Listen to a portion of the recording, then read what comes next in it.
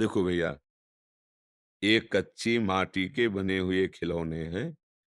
ये जितने दिन टिक जाएँ भाग्य मनाओ, कभी भी ये फूट सकते हैं। पक्की बात सुन लो, तुम्हारे अनुष्ठान से बचने वाले नहीं हैं। ये मिट्टी के खिलौने मिट्टी में मिल जाएँगे, चाहे अनुष्ठान करो, चाहे जो कुछ करो।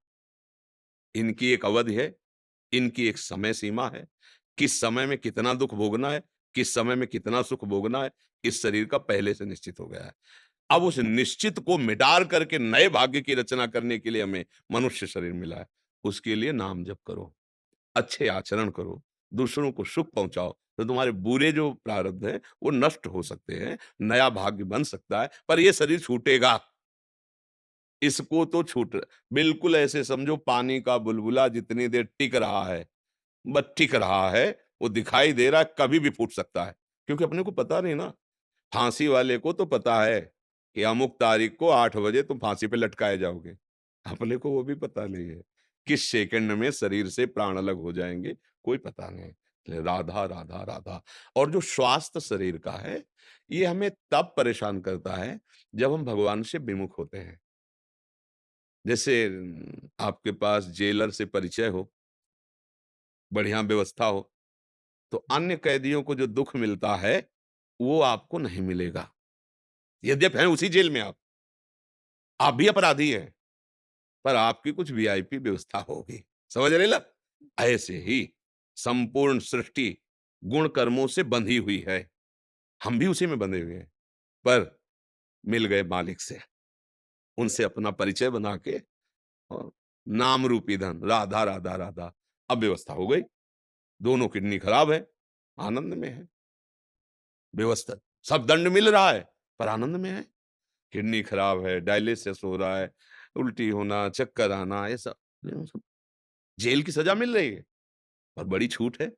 भगवत चर्चा कर रहे हैं, भगवत आनंद ले रहे हैं। कोई ऐसी हमारे अंदर विषाद नहीं कि मैं इतने बड़े रोग से ग्रसित हूँ, कभी भी कुछ भी हो सकता है। कुछ नहीं, विषाद नहीं, कोई शोक नहीं, कोई इसकी एकदम चिंता नहीं।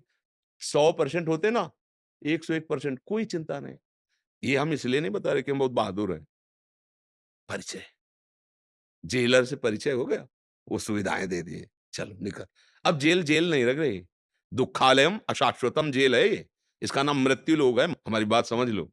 सबका शरीर छूटेगा, व्यवहार बना लो जेलर से। तो मरना होगा पर ऐसे मरना होगा कि जैसे हाथी के गले से फूलों की माला गिर जाए तो क्या पता चलेगा? ऐसे ही आराम से सो गए, जन्मत मरत दुसाधु कोई, वो नहीं होगा। अगला जन्म नहीं होगा, अगली बार जेल में नहीं भेजे जाओगे, वो अपने पास रख लेंगे। अपने धाम में रख लेंगे, निहाल हो जाओगे। इन शरीरों का कोई भरोसा नहीं। एक रोग नष्ट हो जाए, दूसरा हो जाएगा, तीसरा हो जाएगा।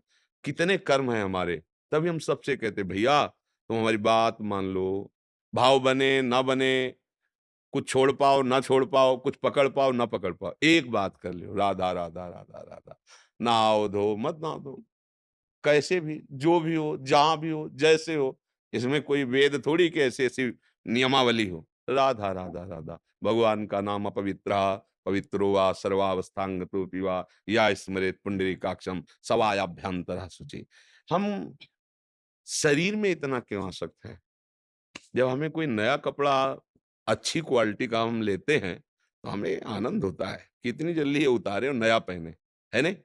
लेकिन गरीब आदमी जिसके पास खरीदने के लिए नहीं और उसकी अगर खरोच भी लग जाए कपड़े में तो बहुत दुखी होता है। तो आप लोग धनी बनिए, गरीब क्यों बने हुए हैं? इस शरीर पे इतनी आसक्ति, नष्ट तो होगा ही। धनी बनो और ऐसा शरीर खरीदो जो कभी मिट ना सके। वो भाव देह जिसकी वो चर्चा पूछ रही थी। दिव्य देह, गीध देह तज धरि हरि रूपा। गीध शरीर का त्याग कर जटायु जी हरि रूप होकर भगवान के धाम जा रहे हैं। ये धन है, परम धन। राम राम, कृष्ण कृष्ण, हरि हरि, राधा राधा। ये अब सबकी समझ में नहीं आ रहा क्या होगा इससे जपने से।